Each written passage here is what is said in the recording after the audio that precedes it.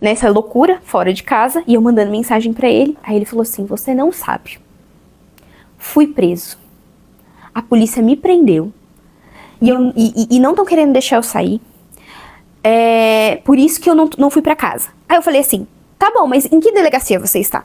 Aí ele falou a delegacia. Eu falei, ótimo, essa delegacia é do lado da casa do meu pai. Vou ligar pro meu pai pra ele ir aí te socorrer. Liguei pro meu pai.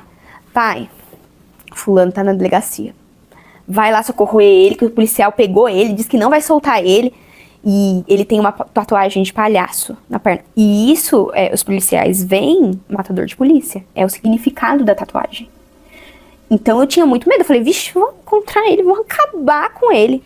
E ele me colocando medo, que a polícia não tava deixando ele sair de lá. Eu acho que ele não se ligou que o número da delegacia que ele falou era do lado da casa do meu pai. Aí meu pai foi até a delegacia. Chegou lá, fulano de tal tá aqui? O delegado, não tem ninguém com esse nome aqui. Aí meu pai, muito esperto, falou, às vezes falou o número da delegacia errado. Aqui tem mais uma aqui, mais uma ali. Foi nas outras delegacias, me ligou, filha, fui em 3 delegacias perto da minha casa, a que você falou e mais 2, e ele não tá. Mandei mensagem pra ele, você tá mentindo, você é mentiroso. Você deve estar na farra e tá falando que a polícia te prendeu, por isso que você não volta pra casa. Ele, não, Aline, pelo amor de Deus. E olha como eu fui burra. Se a polícia tivesse pego ele, não ia pegar o celular dele? Não ia ser a primeira coisa. Ele falou, não, você pode vir. Eles prenderam meu carro tá no pátio e eu tô aqui. E a irmã dele é advogada. Eu falei, mas por que então você não manda mensagem pra sua irmã que é advogada? Não, porque eu não quero que ela saiba, eu não quero que ela se preocupe, ela tá amamentando, é perigoso. Tal. Aí eu falei, tá bom, vou te socorrer. Peguei meus 2 filhos, enrolei num cobertor, 2 horas da madrugada, coloquei dentro do carro e fui. Cheguei na delegacia com 2 crianças, uma de 5 e outra de 6, os 2 abraçados, se aconchegaram ali no banquinho. E falei com o delegado, fulano de tal. O delegado, de novo? Já falei pro senhor que veio aqui que não tem ninguém com esse nome aqui. Não, mas tem, porque ele disse que tem, que ele tá aqui, que vocês estão prendendo ele, que não tá deixando ele falar com ninguém. Eu quero ver, eu quero ir lá atrás ver. Ele falou, não, você não pode ir aonde tá os presos. Mas eu vou e vou gritar o nome dele. Aí foi, gritou o nome dele. Tem alguém aqui com esse nome? Não. Eu não satisfeita, quero ir no pátio, ver se o carro dele não tá no pátio. Ele, vamos lá no pátio então. Foi no pátio, o carro dele não tava no pátio. Ele veio, ele falou assim, essas 2 crianças são suas? Eu falei, são. Sabe quantas vezes eu prendi o pai e depois eu prendi o filho? Você acha que isso é ambiente pros seus filhos? É isso que você quer que seus filhos cresçam e achem normal ir procurar o pai em delegacia? Nossa, ele acabou comigo. Eu percebi que estar casada não estava fazendo bem para as minhas crianças, que eu estava ali naquela ilusão de vou continuar casada pelo bem dos meus filhos, e eu estava fazendo mais mal para os meus filhos, porque meus filhos estavam começando a acreditar que o homem passar noites fora de casa era normal.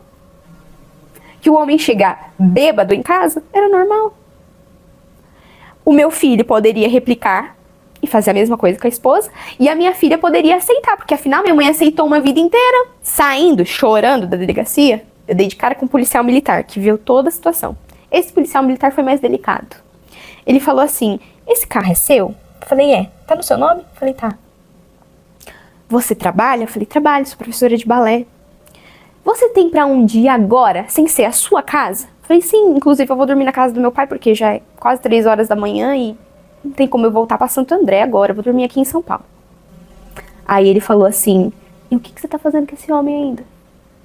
Foi porque se você fosse uma mulher que não tem pra onde ir, que não tem condição de se locomover, que não tem trabalho, eu até entenderia. Mas olha, você tem emprego, você tem carro, você tem pra onde ir. Por que você tá com esse homem? Você sabe onde ele tá, né? Falou pra mim. Você sabe onde ele tá. Tá com a amante, tá na esbórnia, tá fazendo outra coisa. Ele falou, não é normal um homem casado com 2 filhos fazendo isso com a esposa, fazendo a esposa trazer 2 crianças na delegacia, não é normal. Aí eu vi que eu tinha que me separar. Não por mim, mas pelos meus filhos. Não era um bom exemplo que ele estava dando. Não era um bom exemplo que eu estava dando para minha filha. Porque às vezes, hoje em dia, Eu já tive várias vezes conversas com meus filhos que eu peço desculpa pra eles. Eu falo pra eles assim, eu errei de ter aceitado. Eu errei. Aceitar também é um erro. Eu tinha pra onde ir, pra onde voltar, e achando que eu tinha que... Aquela falsa ilusão de vou lutar pelo meu casamento, vou lutar porque é minha família, porque ele cuida bem das crianças, até as crianças crescerem eu tenho que permanecer aqui para que eles tenham a visão de família feliz e saudável. E é uma grande ironia, né? Porque eu não tive meus pais juntos e eu não vi a hora dos meus pais separarem. Demorou muito tempo pra cair a minha ficha que tava acontecendo a mesma coisa com os meus filhos. Aquele pé de guerra dentro de casa e o mau exemplo de um relacionamento que não tava fazendo bem pra ninguém. E foi aí que eu falei, eu vou me separar. Foi o meu basta, foi aquele dia. Foi o tapa na cara dos delegados, do delegado e do policial.